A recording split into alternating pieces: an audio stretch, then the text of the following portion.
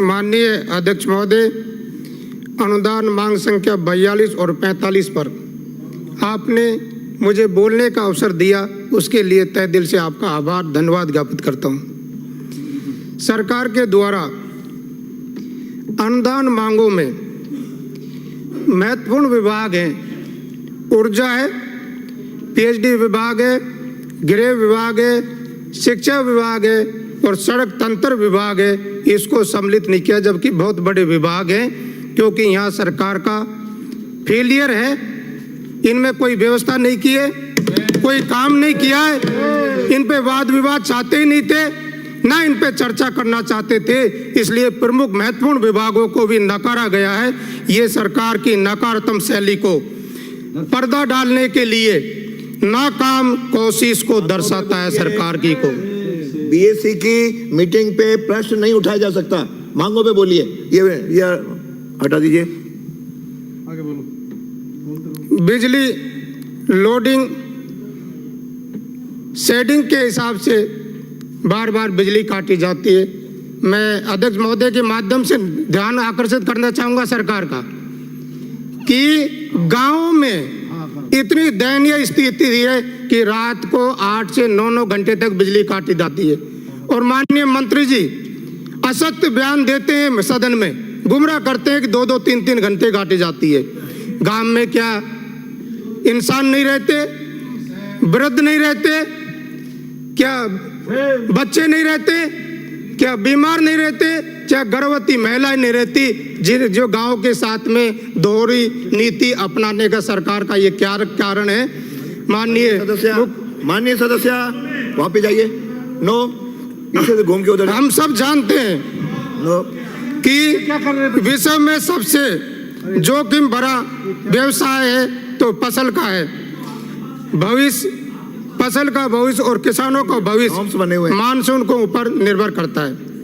लेकिन किसानों के बहुत सारे आंदोलन करने के बाद भी एमएसपी का कानून आज तक लंबित भारत सरकार के पास है, उस पर कोई विचार नहीं किया गया। डिमांड पे बोलिए, पानी की डिमांड है, वन की है, किस पे है? अरे आप बोले सिंचाई एवं पेयजल समस्या बहुत बड़ा चिंता का विषय है। सिंचाई एवं पेयजल समस्या बहुत बड़ा चिंता का विषय है, इसलिए बिजली की बात कह रहे हैं। नहीं, बिजली क्या, फॉरेस्ट का जो इलाका है ना भाई, हमारे अलवर में फॉरेस्ट का इलाका है, उपलब्ध कराने बिजली नहीं होने से वो वन्य जीव बाहर आ जाते हैं, इसलिए कह रहे हैं बिजली का नंबर आए तो बिजली बोलना। सिंचाई की सुविधा उपलब्ध कराने के लिए, पेयजल के लिए बाहर आएगा ही आएगा। मुख्यमंत्री माननीय डिमांड पे बोले श्रीमती वसुंधरा राजे सिंधिया ने 2017 में डीपीआर बनाई थी, जिसको आपस की टकरार की वजह से भारत सरकार ने उसको राष्ट्रीय परियोजना घोषित नहीं किया। अगर 2017 में राष्ट्रीय परियोजना घोषित कर देते तो आज तक तो पूरी राजस्थान की जनता पानी पीने के योग्य होती और पानी पीने को मिलता। आज 7 साल से इस स्कीम को भटका रहे, इसका फुटबॉल बना रखा है। मैं आपसे निवेदन करना चाहूँ माननीय अध्यक्ष महोदय के माध्यम से, पूर्व मुख्यमंत्री श्री गहलोत साहब ने इसके लिए अथक प्रयास किए। राष्ट्रीय परियोजना घोषित नहीं करने के बावजूद भी उनने हिम्मत और हौसला दिखाया और ये करके दिखाया कि 9,600 करोड़ रुपए की परियोजना है, इस बांध जैसी परियोजना को लागू किया। वो किसी और की हिम्मत नहीं थी, गहलोत साहब की थी, गहलोत सरकार की थी, जो आज आप बजट भाषण में प्रस्तुत करते हैं कि असत्य लिखते हैं कि हमने 9,600 करोड़ रुपए के कार्य आदेश जारी किए। मैं ये कहता हूं कि पिछले 7 महीने में वृद्ध योजना का राजस्थान सरकार के द्वारा ना तो कोई योजना की वित्तीय और फाइनेंशियल सैंक्शन निकाली गई है, ना कोई कार्य आदेश जारी किए गए हैं। जो भी आज की तारीख में राजस्थान में विकास के कार्य काम चल रहे हैं, वो सारे के सारे पूर्ववर्ती गहलोत सरकार के द्वारा स्वीकृत कार्य ही प्रगतित हैं। ये सत्यता है और सत्यता पे आना चाहिए आप लोगों को।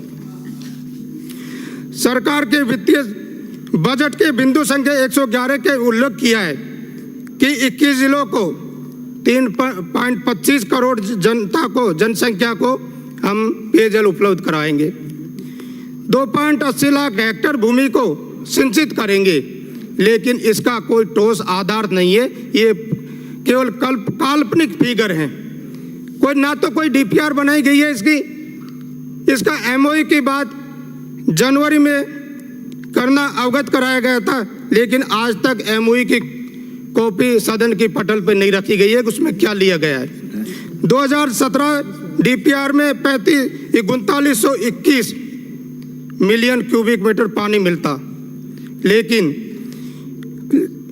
इसमें डीपीआर में जो अभी एमओयू किया है जिसमें 2412 मिलियन क्यूबिक मीटर पानी मिलेगा, लगभग राजस्थान को बंटवारे में 1509 क्यूबिक मीटर पानी मिलने का उल्लेख है।